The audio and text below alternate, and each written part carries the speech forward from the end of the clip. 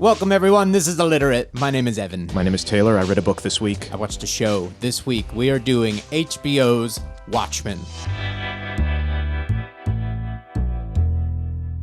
I know, we didn't do it when it came out in the fall. We made a decision not to do it, but we didn't do it then, thinking that there was still an opportunity at some point on the horizon that we would be able to get to it. And the anniversary of the Tulsa Race Massacre just happened.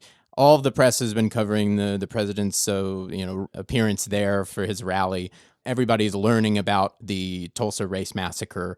This was a perfect opportunity for us to really do the research and really learn about this. Again, we don't know anything. I'm sorry for everything.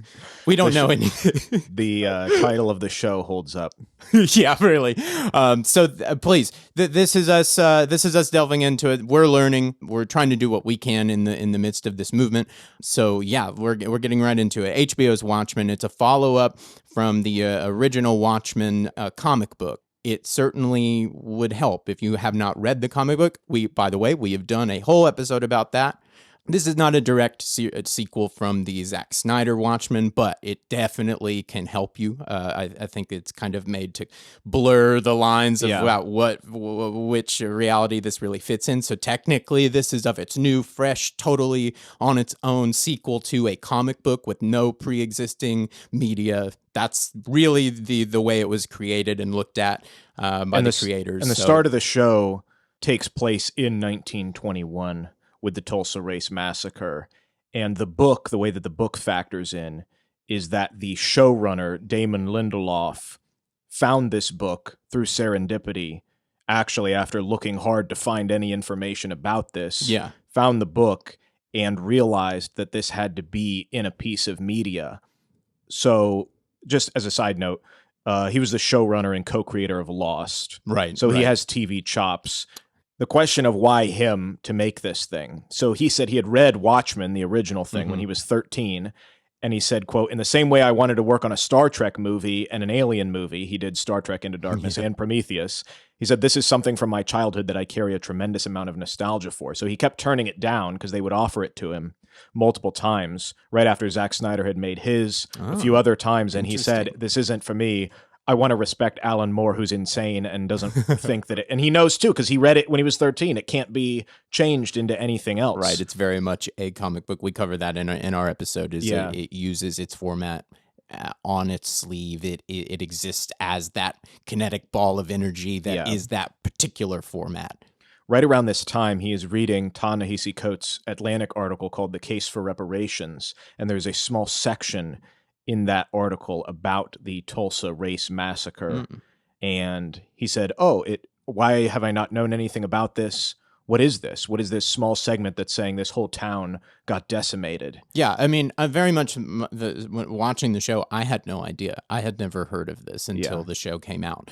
And all the more, too, it kind of echoed the Atlanta child murders, which we covered connected to Mindhunter, is that I'd never really heard that history. It turns out that history had not been totally solved. That's why I'd not heard about it. So we've got to start asking ourselves, why have we not heard these stories? So, that's at the core of this. And that's really at the core of, I think, what Lindelof is doing in the writing is like, there's a problem with why we haven't heard this, why we have been told this particular version of our history. So I went down the trail similarly, I guess, to what Damon did of trying to find this thing. I read the book that he ended up finding as well called The Burning by Tim Madigan.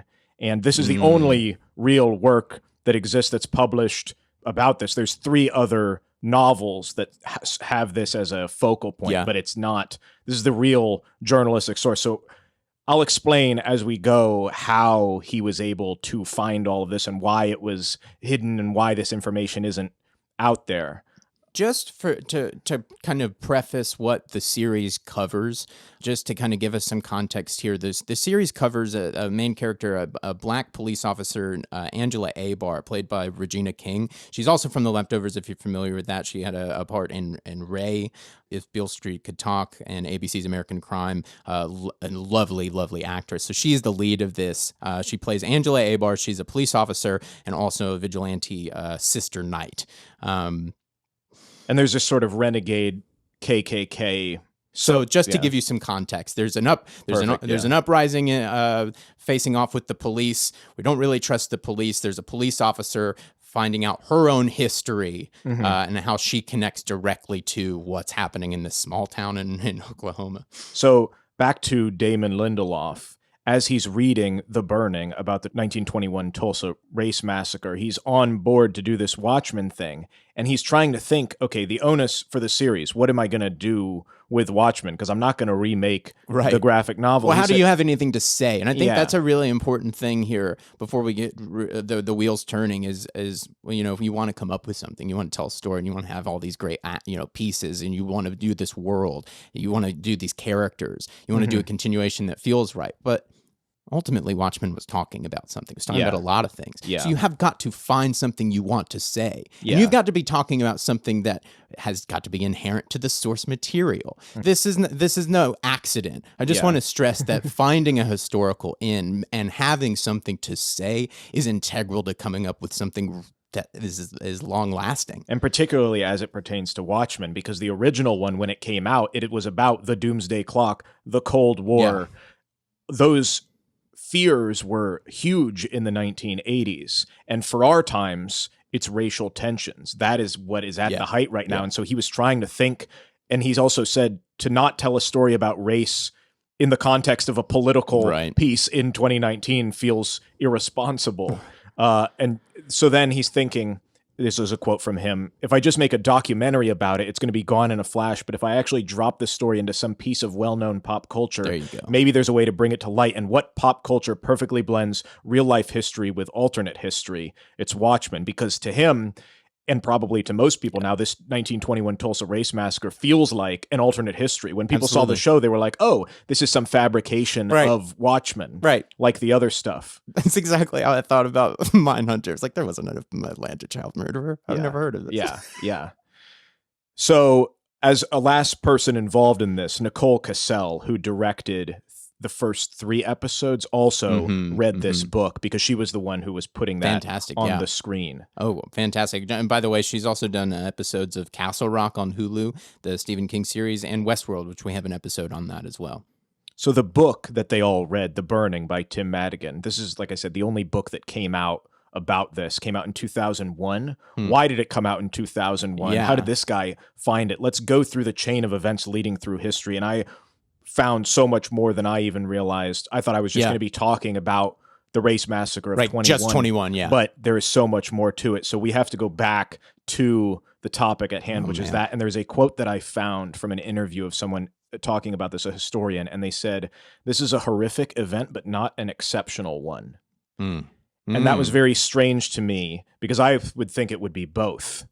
And why is that the case? How is it not exceptional? So because before we get into the details here, but the kind of the story around is that this was the Black Wall Street. So then if that's the truth, then I think, oh, well, then it is particular in some way. It is special in some way. But we're going to find out that there's definitely more to it than that. So let's talk about what this was. Greenwood was a district in Tulsa, like you said, called Black Wall Street. This is in 1921 in Oklahoma.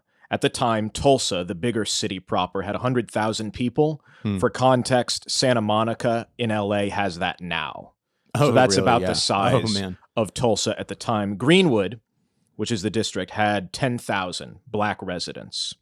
How this came to be, there was this guy, O.W. Gurley. He was a wealthy black landowner, and he purchased 40 acres of land in Tulsa. He'd loan money for businesses because at this time, everything is segregated. So this became I guess what they would call a freedom colony in a way from slaves after Reconstruction that had come there. I see, Various people that are looking to move. So another guy, J.B. Stratford, was born into slavery in Kentucky. He became a lawyer and activist. He moved there in 1898, built a 55-room luxury hotel there. A.J. Smitherman, a publisher, founded the Tulsa Star, which was the newspaper there for the black community. Greenwood Avenue became the main avenue through there. And it didn't bisect any other white neighborhoods. So this really became kind of a stronghold. Just a safe community, honestly. And it seems crazy because talking about it in this way, but for the time it was insane that this had luxury shops, restaurants, grocery stores, hotels, clothing stores, a movie theater, barber shops, a library, nightclubs, doctors, lawyers, dentists. They had their own school system, post office, bank, hospital, and taxi service. All of that in this 35-block area called Greenwood. And because of segregation, it actually helped improve because from the time, there was a quote, somebody said, "It is said within Greenwood, every dollar would change hands 19 times before it left the community." Right. Because they couldn't do anything else. Right. So I don't know if I've talked before if Killer Mike has a series on Netflix where he does that exact experiment in Atlanta of seeing how long he can keep his money in the black community, because there's whole statistics of how long a dollar actually spends in a community before it has to go out. It's paid to somebody else, to who owns that company that it's being paid to. So I can't remember all of it now, but he goes in detail. There's an episode. Killer Mike has a great series on Netflix that has all these like racial myths that he just really attacks. And this is a really impressive one that made me think about where I'm spending my money, how I'm spending my money, who owns the company that owns the store that I'm spending my money at. So, and you see that now with the movement that's going on. There is a huge push for people to rightfully so say, hey, support black-owned businesses if you're going to buy. I see that all the time on social media, people passing around like the best minority-owned businesses here in LA. So I hope that's going on in other places, but I know that's going on here. So, but for this, particularly with Greenwood, like I said, 19 times it's changing hands. This place is flourishing. So why would this attack happen in 1921? It seems like a random year, seems like roaring 20s, you know, maybe we're not as well versed in the context of this place and time. So that's where Is this the only time this ever happened, that this kind of thing ever happened? Was it the only kind of Black Wall Street ever? You know, like, so that's kind of, that's still our trepidation of getting into these waters of learning about these things, is we're going to realize maybe this isn't a lot that we don't know. There's a lot we don't know. Yeah. So let's go back in time several years before and just talk about the setup. And I'm going to bring up a few different categories here. Keep in mind, looming large, 1918, the pandemic flu that we've been talking about. The 1918 flu. There was an influenza pandemic swept the world in 1918. So it's scary, the echoes to today. Almost. And it's interesting because as I was looking into this and more of the other things that were happening, you could almost see why the flu got glossed over in history. Yeah. And we had this pandemic, or having this pandemic with the coronavirus, and people are like, flu in 1918, why are there not records? Why isn't that such a big deal? Because of all of these other things that are happening. So one of them, World War I, ended. Right. Troops that had mobilized, there were something like 300,000 soldiers that were African American ending up in World War I. Really? Like we said in our previous episode, there were a few that had to start at the start that were a part of the French army. But then after the draft happened, many, many more ended up getting over. So immigration was also cut off in the U.S. during the span of World War I. Industrial cities that are growing have labor shortages. So at the same time as well, Black people did not want to live in the South. So there's... I mean, it's dangerous. Flat out. It's dangerous. And that's what we're talking about. It's not safe to live as a Black American in America, especially at this time. So with all of those factors in play, by 1919, 500,000 African Americans emigrated to the Northeast and the Midwest because, like I said, there's new positions expanding with these industries that are growing. There were jobs that were held by white people, immigrants that are now up for opportunity. So all of these African American citizens from the South are coming up and fulfilling those roles and prospering. And as well, the 300,000 that are coming back from the war. There is a famous author, W.E.B. DuBois. He has an essay that he wrote called Returning Soldiers, and it gives a great sentiment of the time. And I just wanted to read a small portion of it. This is at the very end of his essay. This is the country to which we soldiers of democracy return. This is the fatherland for which we fought, but it is our fatherland. It was right for us to fight. The faults of our country are our faults. Under similar circumstances, we would fight again. But by the God of heaven, we are cowards and jackasses if now that the war is over, we do not marshal every ounce of our brain and brawn to fight a sterner, longer, more unbending battle against the forces of hell in our own land. We return from fighting. We return fighting. Make way for democracy. We saved it in France, and by the great Jehovah, we will save it in the United States of America, or know the reason why. Amen. Wow. And that is exactly the sentiment that is coming back. So that's happening in coming into 1919.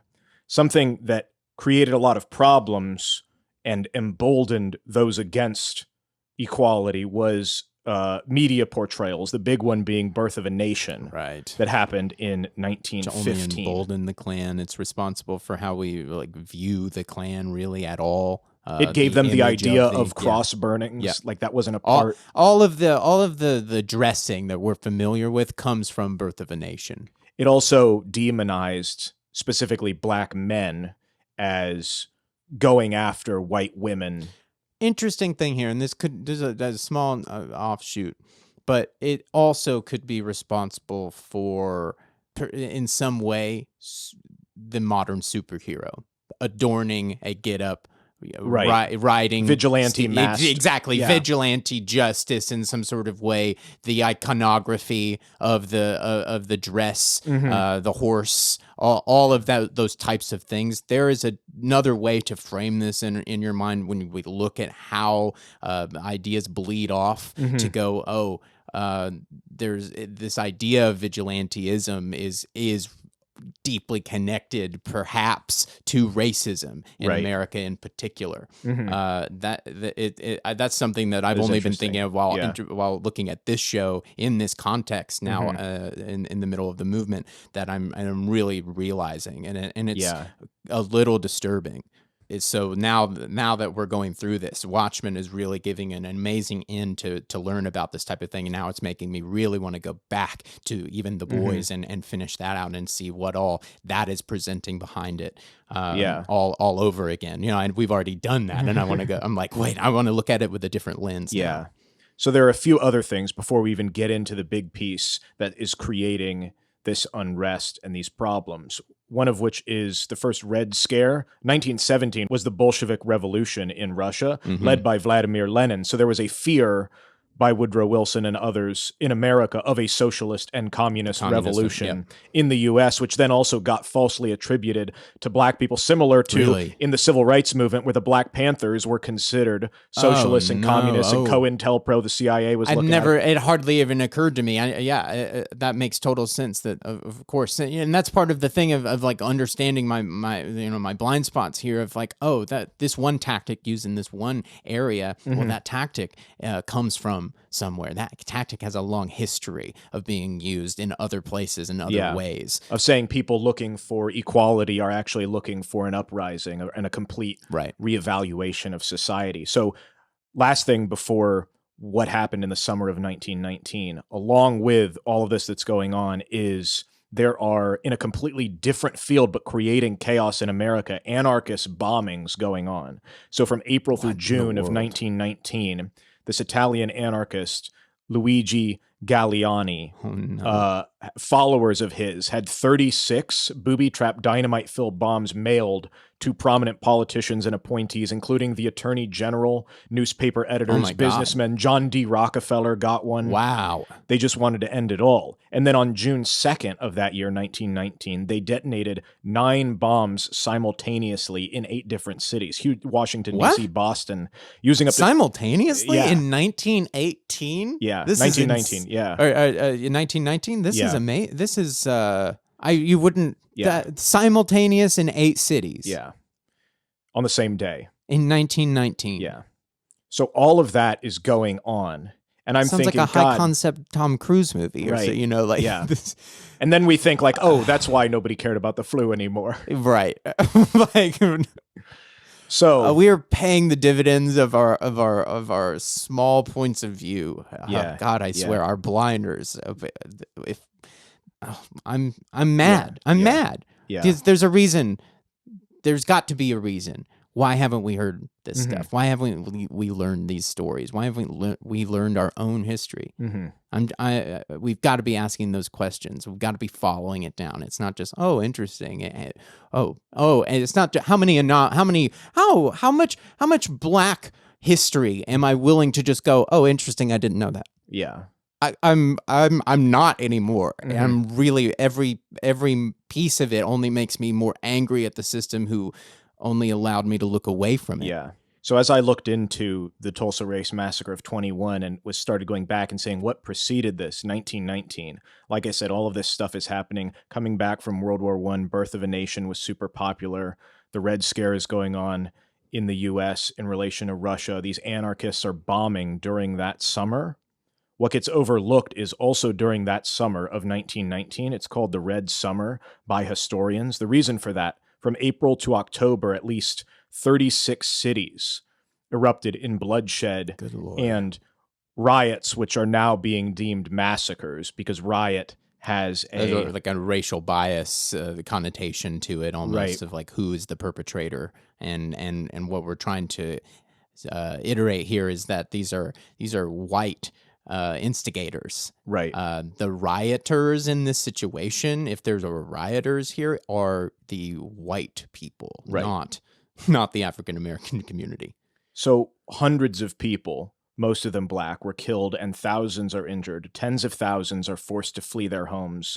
These are against black communities, like you said. If they were to be called riots, the white people are the rioters attacking, burning, That's pillaging. why now to put the own, like, to actually say what happened to them, it was a massacre of them. I think that is like kind of the idea to replacing the X and X riot with X and X massacre. Let me just let this summer wash over you. Jenkins County, Georgia, April 13th. 6 deaths, destruction of property, including a black church. Charleston, South Carolina, May 10th. Martial law was instituted after the attacks. Bisbee, Arizona, on July 3rd. Police attack the Buffalo Soldiers unit from World War I that was there. Longview, Texas, July 10th. Deaths of 4 men. The entire housing district was destroyed. Garfield Park, Indiana, July 14th. Gunfire. A 7-year-old was wounded. Oh my God. D.C. and Norfolk. Chicago in August. There was a young black swimmer who crossed an invisible line separating whites from blacks in Lake Michigan. Somebody threw a stone and drowned him. Oh my God. Knoxville, Tennessee in August. Omaha in September, a mob physically attacked the mayor. These are white people before destroying the local courthouse to seize, and then they lynched a black man accused of assaulting a white woman. Oh my God. The biggest one, Elaine, Arkansas, September 30th. Sharecroppers were organizing in a church for better working conditions. Yeah. And white men fired shots into the church, so they fired back. A white man was killed. Vigilante militias, the KKK, the governor demanded federal troops. So this is 1,000 vigilantes and 538 troops. 237 African Americans hunted and killed over 3 days. Oh my God. Throughout the countryside. Businesses were looted and set on fire. And then the thing that was crazy to me, massive news cover-up, fabricated press statements about an insurrection against whites. There is, in history, a New York Times headline read, "Planned Massacre of Whites Today," and the Arkansas Gazette said that it was a zone of Negro insurrection. After that reporting, 100 African Americans were indicted, 12 were sentenced to death. Oh my God. After a years-long battle by the NAACP, 12 the men were acquitted years and years later. Oh wow. But that's just a third of, like I said, over 36 cities that this stuff is happening.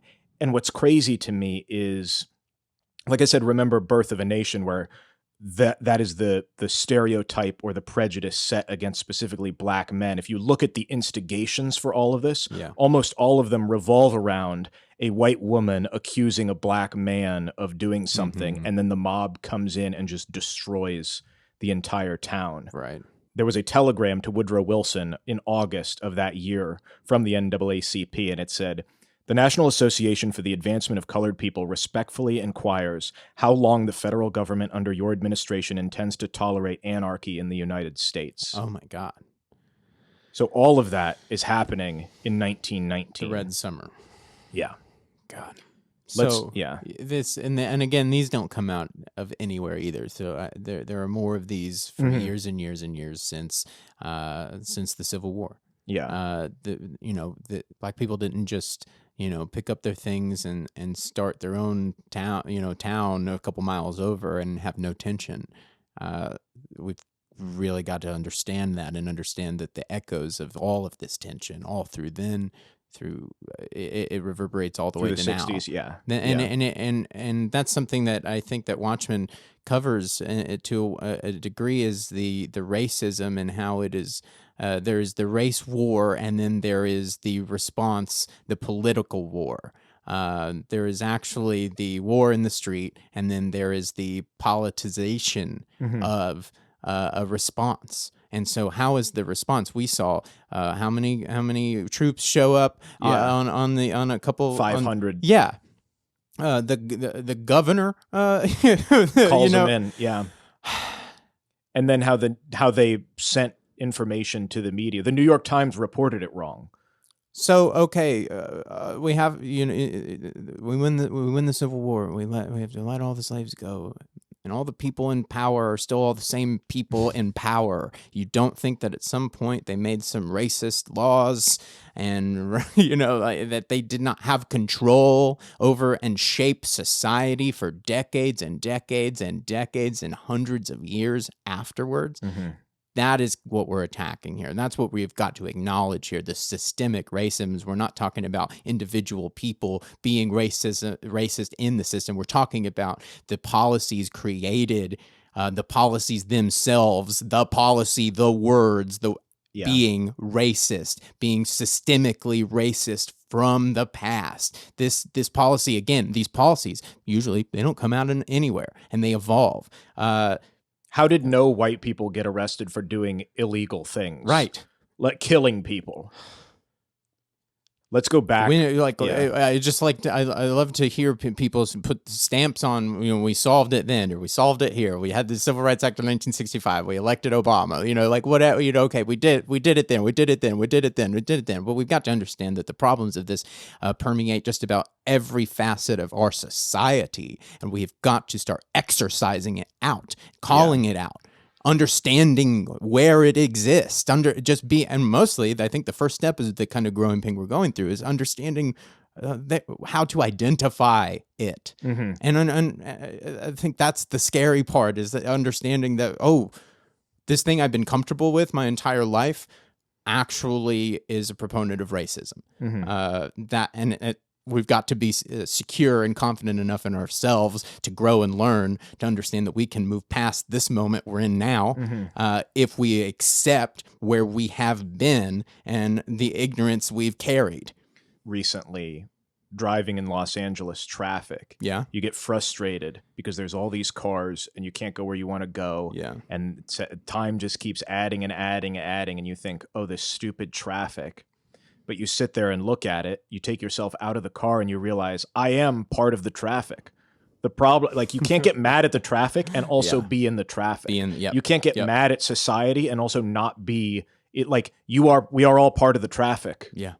That's a great way. We're all part of keeping it moving. So if you once you realize that, then you can start learning and listening and get to work. But you have to realize, I am part of the traffic. Exactly. So let's go forward to, after all of that, Tulsa, now 1921. This community, Greenwood, has been flourishing. Thinking of all of that stuff that's been going on in the rest of the country. The Tulsa Star newspaper, remember I said that they had their own newspaper as well. They encouraged black folks to take up arms and show up at courthouses and jails to make sure that people who were on trial were not taken and killed by lynch mobs. Oh my gosh. That was, it's this is going to happen here, so we've got to be prepared for it. Right. So this is May 30th, Memorial Day of 1921, and this is the situation that starts Watchmen. Let's take a look at South Main Street. This is in downtown Tulsa. There is a guy coming from a shoe parlor. He is a man, actually a boy, really. He's 19 years old, Dick Rowland. That's actually not even his real name. He was adopted after showing up as a kid at the door of a woman in the early 1900s in Oklahoma, and then she moved with him and the rest of her family. Oh my gosh. And he just took that name because he liked it. The city is segregated, as we know. He is in the Tulsa part of it. So he works at a white shoe shine shop. He can't use the toilet facilities there. And there's no separate one. There's no other facility that he can use at the shoe shine parlor. And in fact, nowhere else in that street can he use except for there's a separate one on the 4th floor of an adjacent building. So he goes over there. There is a 17-year-old elevator operator, Sarah Page, who is a white woman who operates the elevator going up and down. What happens is up for debate.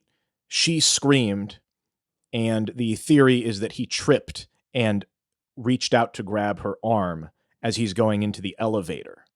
Oh, I see. So she screams. So he flees back to his mom's home to hide. Okay. Because immediately the clerk from the store is yelling to call the police because some woman's been assaulted by a black man. She didn't even know what happened. She's just saying, oh, this guy assaulted her. Gosh.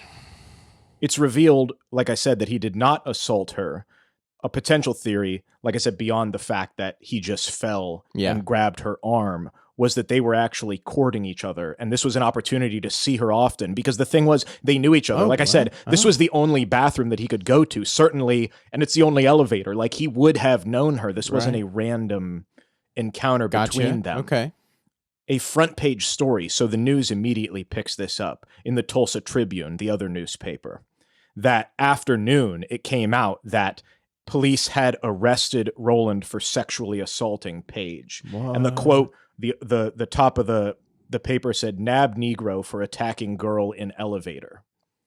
The reason the grabbing the arm thing is validated is because after the massacre happened, they had been doing an investigation immediately that day, but the June 2nd paper from 1921, the quote from Sarah Page said that he didn't do anything but grab her arm. And she didn't press charges on him after that. So even she, after the fact, said, oh, no, he just grabbed my arm. So this whole thing is just steamrolled by aggression elsewhere. And a random use the clerk. narrative to instigate some sort of... Right. Yeah. And he's heard this, so he runs immediately to go hide because he's in the all-white part of town. Yeah. So he goes and hides out at his mom's house. But the news had already put out this provocative story that afternoon. So he's arrested the next morning and moved to the courthouse. Now, this is May 31st. An angry white mob shows up at the courthouse, as we've seen time and time again. The sheriff, who is on the law's side, refuses to give him up to the townsfolk. 25 armed black men arrive at the courthouse as evening is coming upon us. Most of them are World War I veterans. Black World War I veterans offering to help and guard this guy who is in the courthouse. Man. As rumors of a lynching spread, 75 more armed black men return. It's now 10 p.m. at night, but they're met with 1,500 white folks, mostly armed. So an altercation ensues because the sheriff is yelling at everybody to leave, everybody to go home. Things start to unravel. A white man tries to grab a black man's pistol and shots are fired. So now it just gets set off. In front of the courthouse, 12 people are killed, and the black men retreat to Greenwood, where they live. The mobs of armed white men then come after them, loot homes, burn businesses, shoot any black person that they see in the street. 35 city blocks all through the night. In Watchmen, a couple scenes of this horrific event, which this is the first time I think this has ever been committed to any kind of film visual medium at all. And it's quite striking in the way that they recreate it. It is nothing short of horrific. Yeah, all through the night and into the morning of June 1st. Firefighters later on testified that rioters threatened them to leave. So they tried to come in from neighboring Tulsa and be involved. This is a part of the Watchmen story that people thought, oh, this is why this is alternate history, is because civilian planes were used to drop firebombs on the town, and that actually did transpire from witnesses. Only at noon did the National Guard come in to declare martial law, but by that point, it was already all destroyed and everybody had been removed. And it sounds like crazy, to be like, oh, they were firebombing. The alt history would be like they were firebombing from an airplane in 1921 or whatever. But again, remember the Italian anarchist who's bombing all these. So it's like there is a history of there's a precedent for that at the time even. So this is not just something that came out of nowhere. It's not fake because they're doing that. It's like this is something that did happen back then. It did. So like we said, the population, 10,000. It's all destroyed. 10,000 God. black people are left homeless. There are hundreds dead, property damage in the dozens of millions. 1,256 houses are burned. Oh my God. Like we said, all of that stuff that was built up, the newspaper, the school, the library, the hospital, the churches, the hotels, the stores. A whole settlement. Everything gone. In the hours after, all the charges, like I said, were dropped against Rowland. He left Tulsa the next morning and never returned. Wow. It is still to this day a mystery where he went. Really? Interestingly, Sarah Page also left, and she sent a letter to the Attorney General saying she did not want to prosecute when the case came up in September. Oh my and so there is a mystery as to where she went as well. Oh, wow. Which is why the theory of there was a thing between them. I see. And she had just lashed out, and then it escalated from there, and neither of them wanted this to be the case, obviously. Yeah, what happened to him? Oh my gosh. Nobody knows. That's insane. That's amazing. Now we have the many survivors that are left. Everyone in the town stayed silent. It's omitted from the news and the history books. Like we said, the Tribune, the one that posted that initial article, the initial thing that got everybody up in arms to get him arrested, removed that front page story. It's not in their bound volumes. Like, you can't find it anywhere. It didn't happen. We didn't incite a riot here. We didn't. Nope, not us. The archives from the police are missing from that day as well. God. So the question for me is, why are so many people why are so many people silent about, like, it was a city of 100,000 people, 10,000 people are displaced. Why is nobody from either side involving themselves in what this was? Right. So this took me down even further, and we have to talk about a place called Rosewood. Rosewood, Florida. Florida? Mm-hmm. So here's the story behind it. This is 1982, jumping way ahead in time. There's a reporter named Gary Moore, and he was from the St. Petersburg Times in Florida, and he was in an area close to the Panhandle called Cedar Key. Didn't have a story. He noted to a local that it seemed gloomy here, and then he looked into the history. He wondered why the town was all white when it had been nearly half black at the start of the century. And the local woman replied to him, quote, "I know what you're digging for. You're trying to get me to talk about that massacre." And he's just flabbergasted because he's like, nobody has said or known anything about this. So he then looks into it and gets all this information. This is Rosewood, Florida. This is 1982. The situation that she's talking about, which she thinks he's there to dig up this information, which journalist been talked about on the beat, trying to find a story. What happened here? What is the history of this town? Just odd numbers. I'm just curious. And gets this ridiculous there was a massacre here, remark. So 1923, 2 years after the Tulsa Race Massacre. Oh, man. This is a small town, 200 black citizens and one white family who ran the general store. A white woman accused a black man of breaking into her house and assaulting her. The husband, who was a known abuser, so a lot of people are like, well, it was him or it was somebody else. There was issues. They gathered 500 KKK members from a nearby rally and went on a manhunt, destroying the town. Again, false reporting of armed black citizens going on a rampage. So everybody fled into the swamps. Hiding and hunting went on for days in this town. Again, burned everybody's property. The governor refused the National Guard because he said, we have it under control, and none of the citizens returned. Oh, man. It's occurring to me now that perhaps rioting in the more modern sense of a black riot would be the response to the tactics carried out on them and their grandparents only back in this time it seems like a lot of white riots. So you're coming from another country. You don't have power. You're enslaved for years, hundreds of years.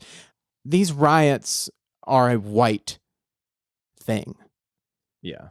I'm processing it live right now on air. The idea of a black riot, the racist idea of a black riot, only comes out of a white tendency. That's how white people dealt with their problems in 1919, in 1920, and 1921. That's how white people dealt with their problems. Which is not even a problem. So then by you're right. They're made up problems. So by the 1960s and all through today, a riot has a black racial connotation because of a white tendency. It's a white happenstance.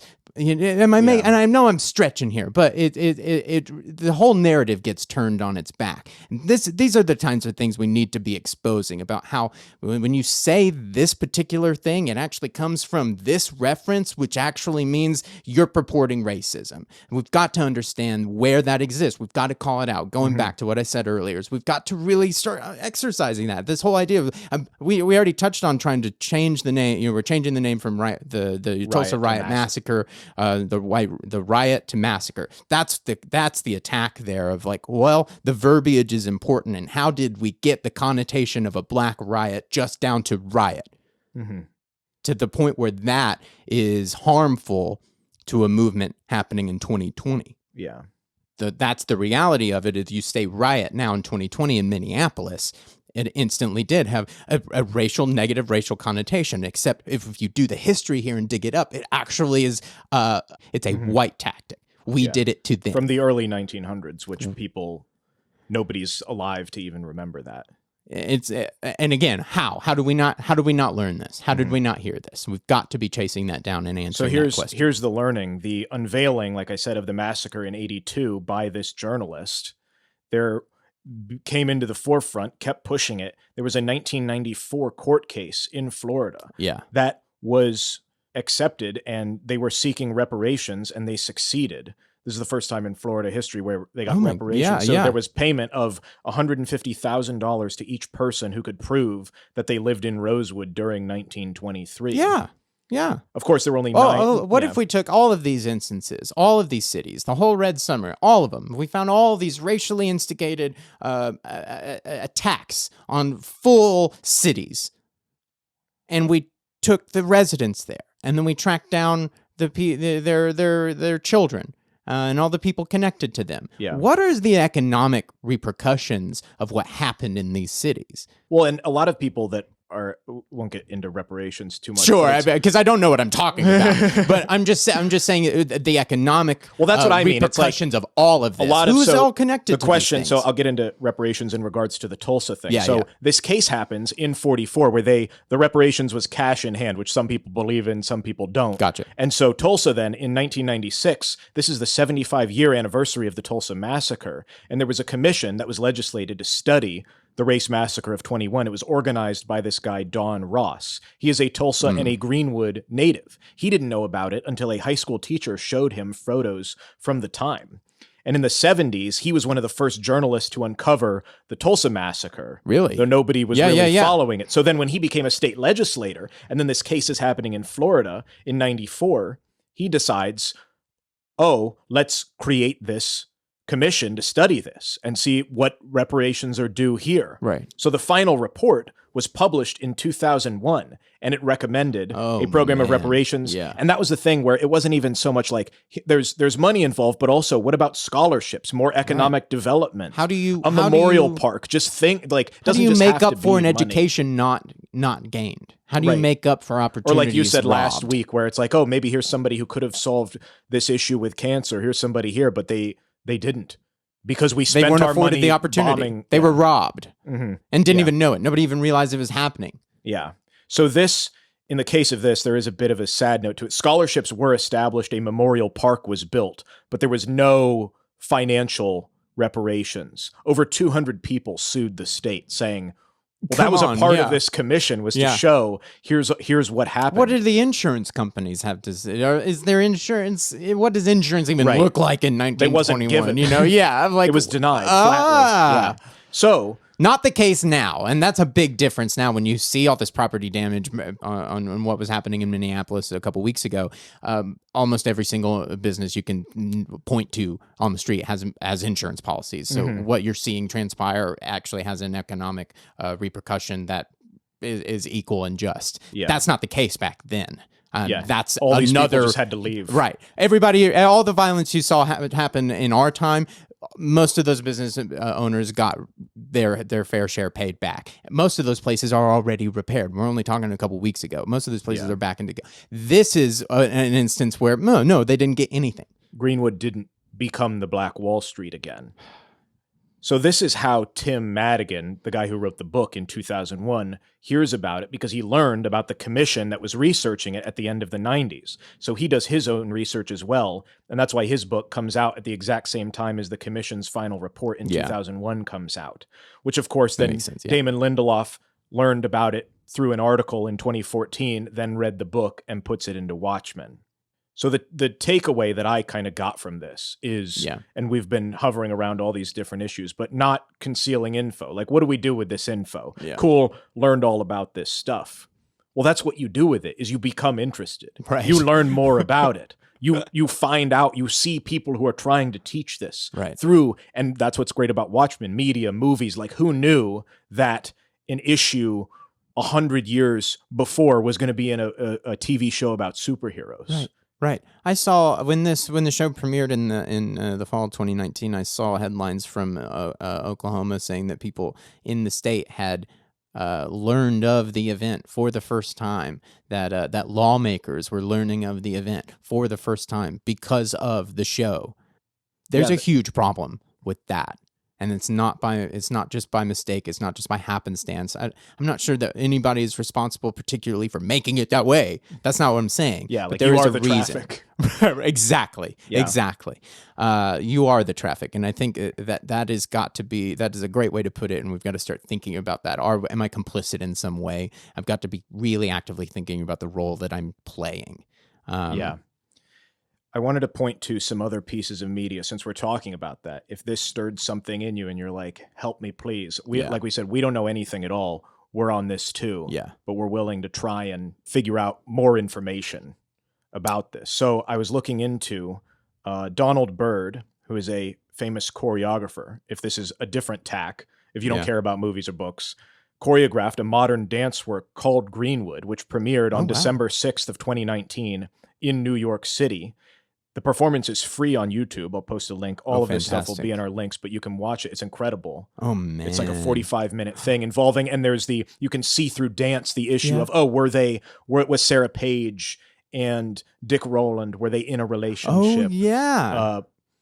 All of that stuff gets all of the stuff, how the Black family sort of represents the community. He puts in all of these elements in contemporary dance. That sounds gorgeous. That sounds really It's incredible. Gorgeous. There is, if you're interested in education, or if you are a teacher and you're thinking, okay, how can I use this or learn more? There is a project called the Zinn Education Project, and they collaborated with another project called Rethinking Schools, and then another thing called Teaching for Change. So I'll post a link. It's a website, and it's got free downloadable lessons, articles organized by theme, by time period, by reading level. Like, they've done all the work. There's a whole book called Teaching for Black Lives, right? I've where heard that. It changes the narrative and saying, hey, this is all these things that happened too. Yeah, fantastic. And this is how it affected things. Oh, and just to reiterate, that the Watchmen HBO series, I don't know if it's still available for free, but I think it's on Hulu for free. I know that HBO put it up wholesale the weekend of June 19th, just passed. They put it up wholesale for free. You can access it from anywhere, any way. I don't know if it's still that way, but again, like Taylor said, it is on Hulu, and if you just go through HBO, you can see it there. There's a way to get it, but I mean, if you want to find a way to get interested, that's the thing. Like you were talking about, you have to find an end. There has to be, you have to be talking about something. You have to be, and for us to do any better, we've got to get interested. And it takes a spark. It takes a certain kind of thing. If this has gotten you thinking, please go check it out. And here's the last thing to check out, and this is going to blow your mind. So as I was looking in through all of this stuff, going through all of the dates and the stories and the massacres and just the craziness, the book that I read ended up becoming a thing was because of this place, Rosewood, this hidden massacre that nobody talked about for 70 years. There was a movie made about Rosewood. What? It came out in 1997, so a few years after the case for reparations was approved. It was made by John Singleton, who did Boys in the Hood. Oh, man. He used Regina King in 3 of his films. Oh, man. Unfortunately, super tragic. He died of a stroke last year. He was only 51 years old. I didn't know that. I didn't realize that John Singleton had died. That's horrible. This film got critical acclaim but didn't make its budget back. I want to read the review from Roger Ebert, 3.5 out of 4 stars. It had Don Cheadle, Ving Rhames, John Voight as the one white store owner in the town. Just an incredible work. Roger Ebert's review.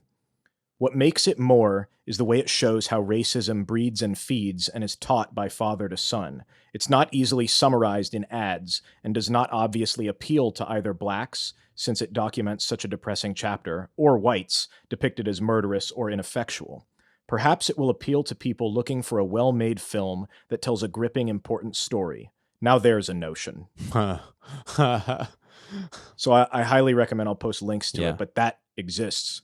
And maybe there will be more things like that. And that's the point. It's not like Damon Lindelof was saying in regards to Watchmen, he had assembled for his writing team, he had half the writers that were black and half of them that were female, because he said, I don't know anything about this. It's not right what you know, it's right what you're trying to understand. And so he was like, I'm interested. I don't understand this. So help me. And he said when he was looking for people to work with in terms of the writing, if there were people that were like, oh, this is amazing, this is going to be great, he didn't want them. But somebody that said, this is really tough, but it's going to be interesting. He's like, I want you, because you're going to push back. You're going to say, oh, like, I like to talk and I have no idea what I'm talking about. So he's like, this is the work that he did the most listening on. Oh, wow.